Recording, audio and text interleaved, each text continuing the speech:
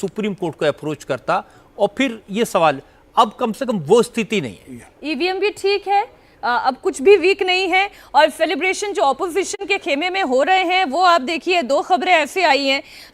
काली घाट में ममता बनर्जी के घर के बाहर सेलिब्रेशन शुरू हो गया है, क्योंकि पश्चिम बंगाल में जैसा बीजेपी एक्सपेक्ट कर रही थी देवेंद्र, वैसा तो कम से कम रुझान नहीं दिखाई दे रहा है। ममता बनर्जी के घर के बाहर काली घाट में जहां सेलिब्रेशन शुरू हो गया, तो वहीं समाजवादी पार्टी के दफ्तर के बाहर भी कार्यकर्ता बड़ी खुशी मना रहे हैं, वहां पे लड्डू बांटे जा रहे हैं। ये दोनों रीजनल पार्टीज हैं, ये डिजर्व भी करती हैं। इन्होंने अपनी परफॉर्मेंस को इतना एनहांस किया है कि ये दोनों, ममता बनर्जी पश्चिम बंगाल में और समाजवादी पार्टी उत्तर प्रदेश में, ये दोनों डिजर्व करती है। अधिकारी परिवार का बीजेपी के साथ आ जाना, कोई इसका फायदा नहीं हुआ देवेंद्र, क्या क्या वजह है? और निश्चित तौर पर न सिर्फ आना, बल्कि उनको जितना फ्री हैंड दिया गया था बंगाल में, बाकी पहले के बीजेपी के जो नेता रहे हैं एक तरह से उनको किनारे रखा। जैसे दिलीप घोष की जो कंस्टिट्यूंसी बदली गई, उसके पीछे वजह ही यही थी कि अधिकारी चाहते थे कि उनको उस क्षेत्र से बाहर निकाला जाए, और उस हद तक बीजेपी गई कि जो पूर्व प्रदेश अध्यक्ष रहे और दिलीप घोष 2 बार के सांसद रहे, उनकी कंस्टिट्यूंसी को ही बदला गया। तो एकदम से फ्री हैंड उनको दिया गया था, और मकसद ये था कि ममता बनर्जी की ग्राउंड की जो पॉलिटिक्स है उसको अधिकारी बंधु क्योंकि बेहतर समझते हैं, तो शुभेंदु अधिकारी इसको ठीक तरीके से हैंडल कर सकें। लेकिन अगर ये जो इंडिकेशन है वो तो ये बता रहा है कि ये एक्सपेरिमेंट बुरी तरह, देखिए ये एक्सपेरिमेंट कहीं सफल होते हैं, कहीं फेल होते हैं। आप ठीक है, अब पश्चिम बंगाल में एक्सपेरिमेंट फेल हुआ, लेकिन आंध्र प्रदेश में जो एक्सपेरिमेंट किया वो कितना सक्सेसफुल हुआ है, कैसे landslide victory Telugu Desam party और बीजेपी ने मिलकर की है। 133 सीटें टीडीपी जीत चुकी है। ये बिल्कुल कमाल का परिवर्तन है। पश्चिम बंगाल की टैली इस वक्त हम दर्शकों को दिखा रहे हैं, जरा इस पर गौर करिए। 2 सीटें ऐसी हैं जो कांग्रेस पार्टी जहां लीड कर रही है, एक मालदा दक्षिण है और एक बहरामपुर जहां से अधीर रंजन चौधरी चुनाव लड़ रहे हैं, वो लीड करते हुए दिखाई दे रहे हैं, और मुर्शिदाबाद की सीट जहां पर लेफ्ट पार्टी लीड करती हुई दिखाई दे रही है। एक बार फिर से जरा आप पश्चिम बंगाल की टैली दिखाइए, पार्टी वाइज सिचुएशन उससे सामने आएगी। बीजेपी 10 सीटों पर लीड करी है, उसमें एक अलीपुरद्वार, जलपाईगुड़ी, दार्जिलिंग, मालदा उत्तर। अच्छा, मालदा उत्तर को लेकर कहा जा रहा था कि बीजेपी के लिए स्ट्रॉन्ग होल्ड वाली सीट है, यहाँ से वो निकाल सकते हैं, लेकिन अभी सिर्फ 8,579 वोटों से मार्जिन से जो है वो आगे चल रहे हैं। एक डेटा ये भी आया है कि ऑलमोस्ट 200 सीटें ऐसी हैं जहां मार्जिन 10,000 से कम है। 200 सीटों पूरा हर स्टेट वाइज भी मैं जब डाटा देख रहा हूँ सर, तो बहुत सारी सीटें ऐसी जहाँ पे 1500, 2000, 3000, 4000, तो पार्लियामेंट के कॉन्स्टिट्यूंसी में एक विधानसभा में ये मार्जिन पूरा हो जाता है।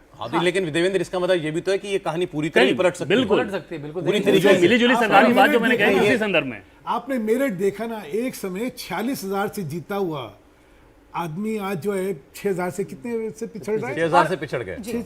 और मैं आपको बीजेपी की पश्चिम बंगाल की सीटों में बता दूं कि मार्जिन जो है पुरुलिया पे जो है वो 1446 वोटों का है, कांथी पे 2,553 वोटों का है, तमलुक पे 5,065 वोटों का है। तो ऐसी कई सीटें हैं जहां पे बहुत क्लोज मार्जिन से बीजेपी बंगाल में बढ़त बनाए हुए। अगर एक राउंड की बात करें तो करीब 14 टेबल होती हैं एक राउंड में, और सारी विधानसभाओं की एक साथ काउंटिंग होती है, तो करीब 70 पोलिंग बूथ, मतलब 70,000 वोट एक बार में गिने जाते हैं। तो एक राउंड में 70,000, अगर 2-3 राउंड में अगर इधर खिसक गया तो चेंज तो हो सकता है, लेकिन अमूमन जैसा रजत जी ने कहा, जो 12 बजे के आसपास आ जाता है, क्योंकि वो ट्रेंड भी है। अगर एक वोटर ने ऐसा ट्रेंड किया तो अमूमन वो ट्रेंड चलता रहता है, लेकिन अगर टेक्निकली देखा जाए तो अभी काफी कई लाख वोट काउंट होने बचे हैं। ये 295 पे देखिए ना, एनडीए फिर आ गया। ये 295 क्या सोच के राहुल जी ने कोट किया था, बार बार एनडीए घूम फिर करके वो 295 के आंकड़े पर आ जाता है।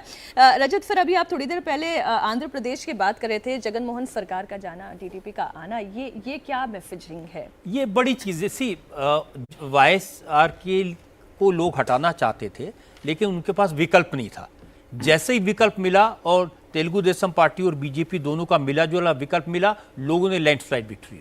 ये बड़ी क्लियर है कि लोग उसको हटाना चाहते थे, परेशान थे, उन्होंने कोई ऐसे बहुत अच्छे काम नहीं किए थे, और लोगों को लगा कि ये सरकार बीजेपी, मुझे नहीं लगता कि बीजेपी का कोई बहुत असर है वहाँ पर, लेकिन तेलुगु देशम पार्टी को बीजेपी का सपोर्ट मिलने से ये लैंडस्लाइड हो गया। जी, कोई सोशल मीडिया पर पूछ रहा है कि ये तेलुगु देशम पार्टी, जेडीयू, ये कितने रिलायबल पार्टनर्स होंगे, भाग तो नहीं जाएंगे अगर वहां से भी बुलाएगा? देखिए, ये दोनों वहां जाके छोड़ के आए हैं। रजत जी, इसमें मैं, आपने वो जो बताया ना चंद्रबाबू नायडू वाला, उसमें एक चीज और ध्यान रखनी चाहिए। चंद्रबाबू नायडू को बड़ा एक फिलिप मिला जब उनकी गिरफ्तारी हुई। जो पूरा आंध्र प्रदेश का वो जो मंजर है, राजनीतिक लैंडस्केप है वो चेंज हो गया उसकी गिरफ्तारी के बाद, और वहां से एक जो है उसका एक बवंडर उठा जिसने कि इनको धराशायी कर दिया। लेकिन एक बड़ा सरप्राइजिंग है कि मतलब वाईएसआर कांग्रेस ने वहाँ पर बहुत बड़ा लाभार्थी वर्ग तैयार किया था, मतलब उसका पूरा पैसा बजट का वो लोगों को लाभार्थी देने में, गरीब लोगों को पैसा देने में, बच्चों के फीस के लिए सब पैसा देने में करता था।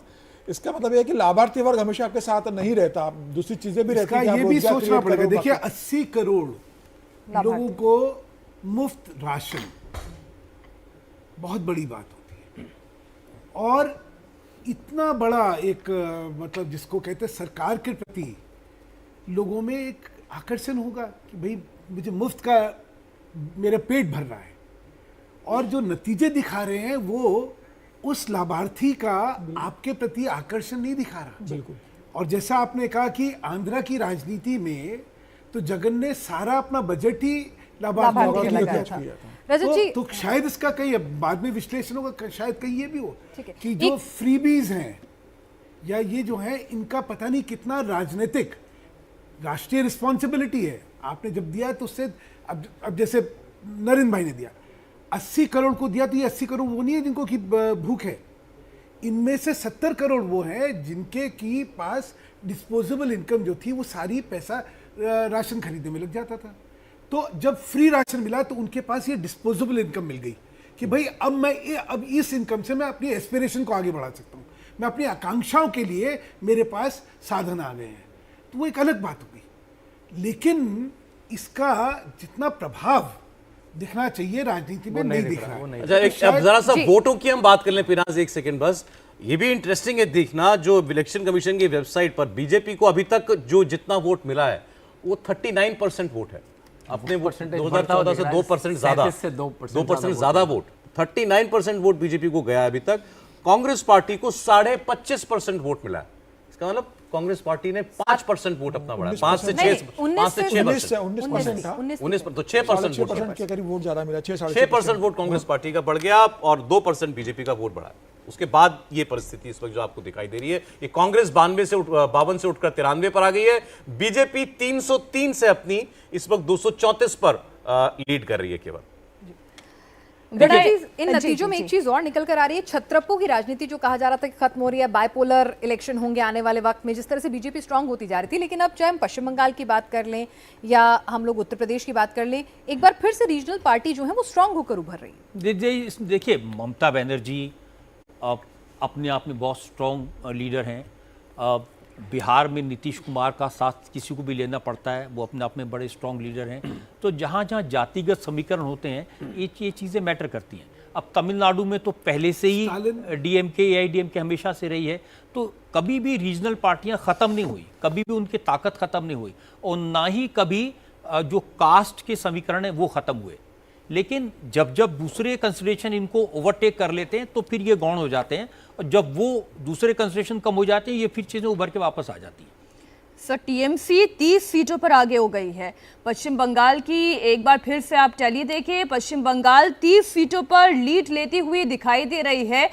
ममता बनर्जी वाकई में इस वक्त बड़ी खुश भी होंगी, और वाकई में जो अहम की लड़ाई उन्होंने बनाई थी और उन्होंने कहा था कि मैंने लेफ्ट का किला अगर ढहा दिया तो बीजेपी क्या चीज़ है, ये उनके शब्द थे।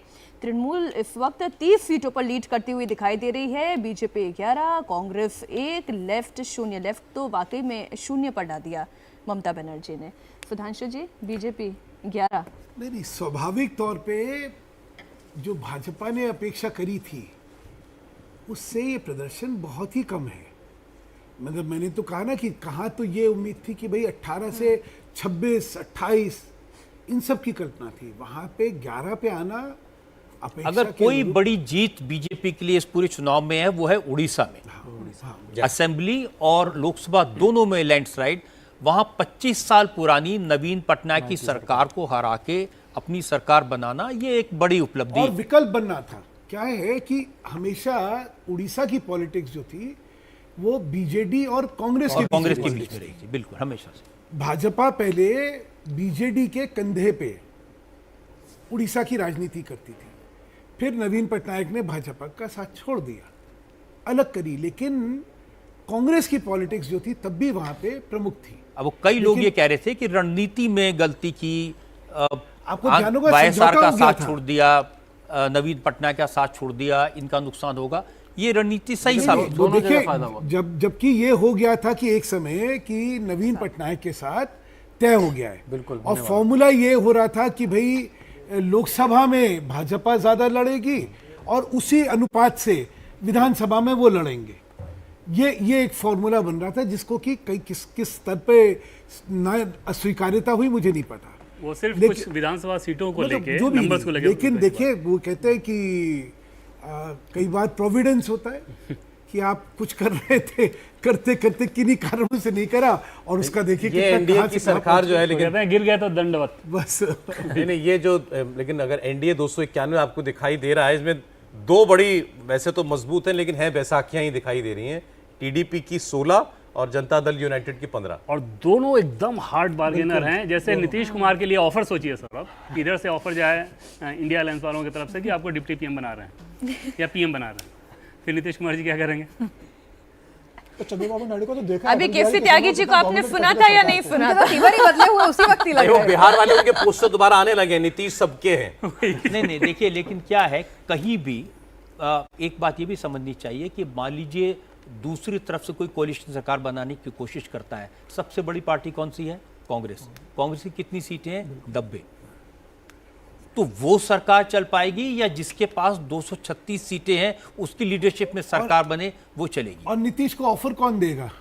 खड़गे देंगे या ममता देंगी या कौन देगा? ये देखिए, नहीं, वो देखिए वो चलने वाला लगता वो है ही जिस- नहीं। वो विकल्प जो है वो और इतना उसमें फिर- छितरा हुआ विकल्प है जहां पे कि प्रभुसत्ता की जो का संघर्ष जो है वो इतना जटिल है।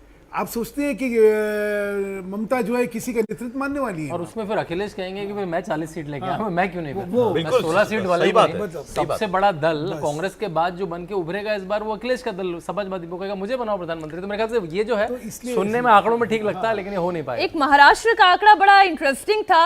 अभी सीटों पर जो रुझान आ रहे हैं, बीजेपी भी 11 सीटों पर लीड कर रही है और उद्धव ठाकरे का शिवसेना गुट भी 11 सीटों पर लीड करता हुआ दिखाई दे रहा है। नुकसान अगर किसी को दिखाई दे रहा है तो वो एनसीपी का अजीत गुट, इसे नुकसान दिखाई दे रहा है, शिंदे गुट को भी नुकसान दिखाई दे रहा है। बीजेपी को जो है सो है वो अजीत नुकसान का है। तो खाता खुला कि नहीं खुला अभी नहीं, तक? एक सीट पर, एक सीट पर। एक सीट पर। महाराष्ट्र में वाकई जो है भाजपा के लिए एक बड़ा झटका है, क्योंकि जो विधानसभा में जो नेतृत्व देके जो सारी उस समय वोट पड़ी थी वो देवेंद्र फडणवीस और नरेंद्र मोदी जी के लिए पड़ी थी और स्वीप करा था। वहां से इस स्थिति पे आ जाना ये भाजपा के लिए एक जी लेकिन ये परिणाम जो आ रहा है, एक 10 सेकंड का स्पॉन्सर मैसेज और है, जरा वो हम सुन लें फिर आते हैं। वो क्या एहसास है जो बना देता है